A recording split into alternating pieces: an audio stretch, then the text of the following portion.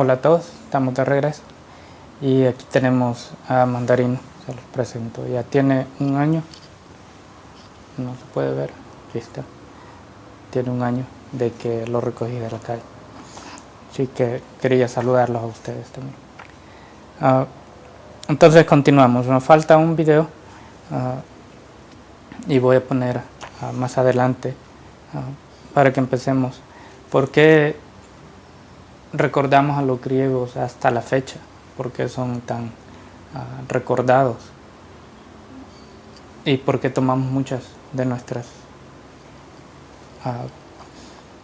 tradiciones políticas, no en acciones, sino que en teoría las ponemos en práctica, pero no en acciones? Y esto tiene que ver mucho con la actitud del pensamiento, ¿no? La actitud de la persona y la tendencia del pensamiento que sigue.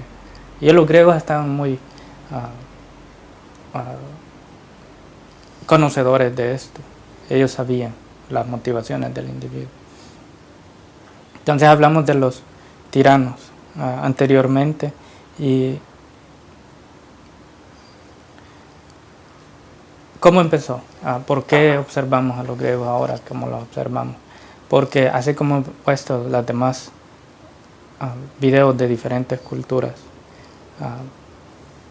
también podemos observar en los griegos que fue una de las culturas que no fue conquistada,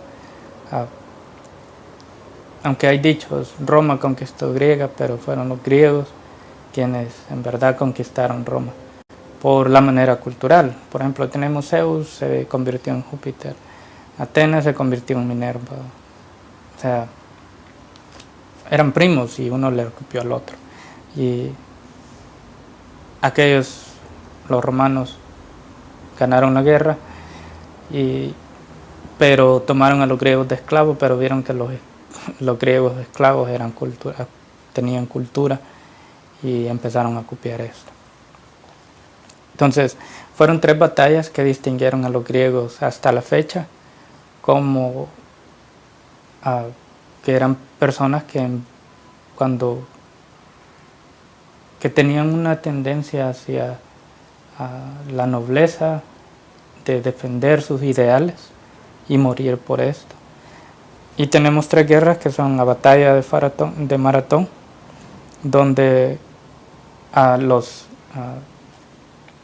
tenemos una formación, encontramos las formaciones de las fuerzas armadas de los griegos, de Atenas especialmente,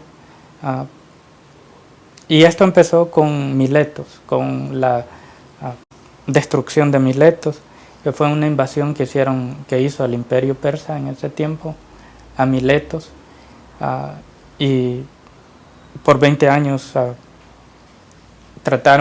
estuvieron en guerra con los griegos, con este mundo griego que todavía no era un imperio ni nada de esto, que eran ciudades-estados.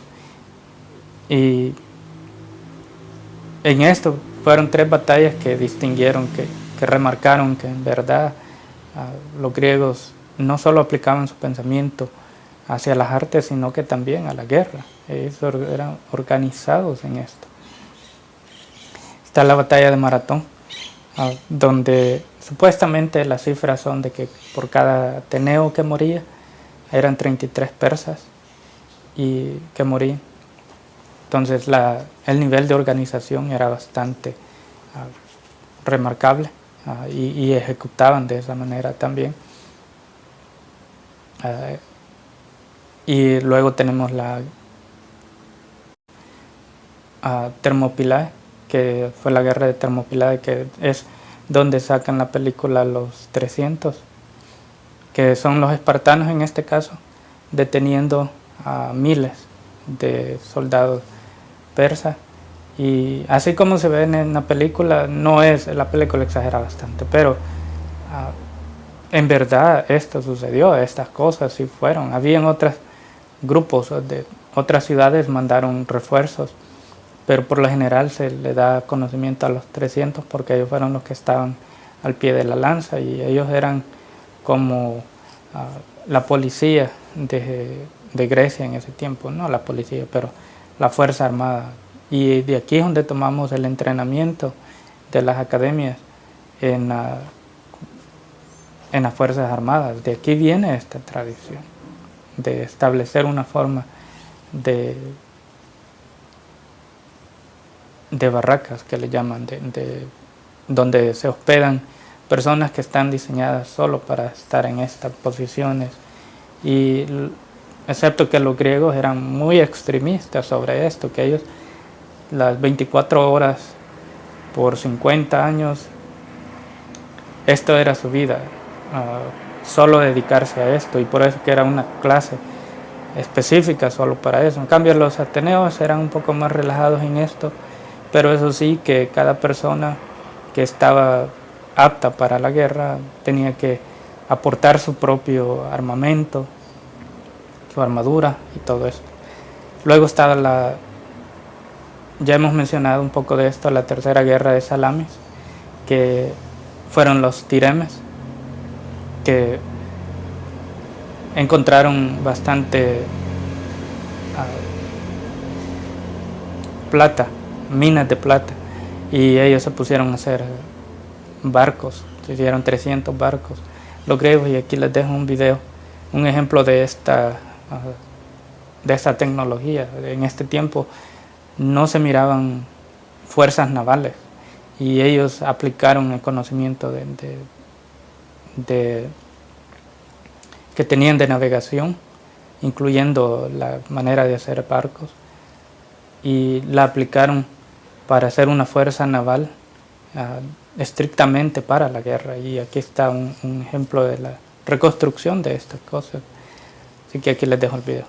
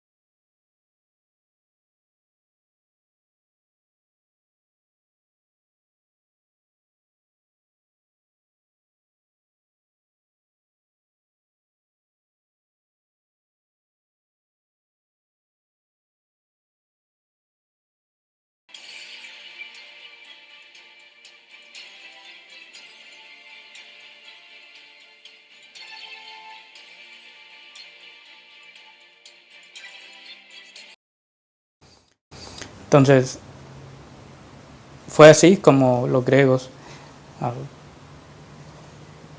ante una fuerza mucho más grande que la de ellos, se enfrentaron y ganaron.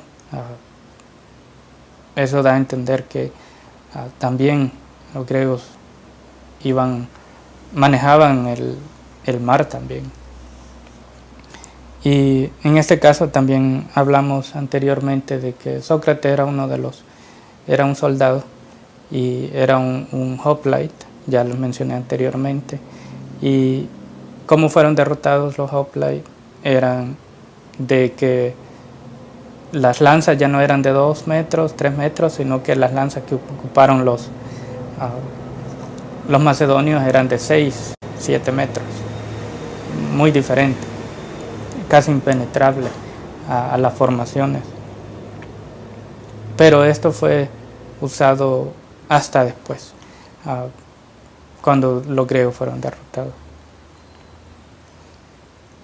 Y hubo otra guerra en Sicilia, lo que se llamaba Siracusa en aquel tiempo, la batalla de Himera, que fue contra los cartagineses viniendo de África hacia los griegos.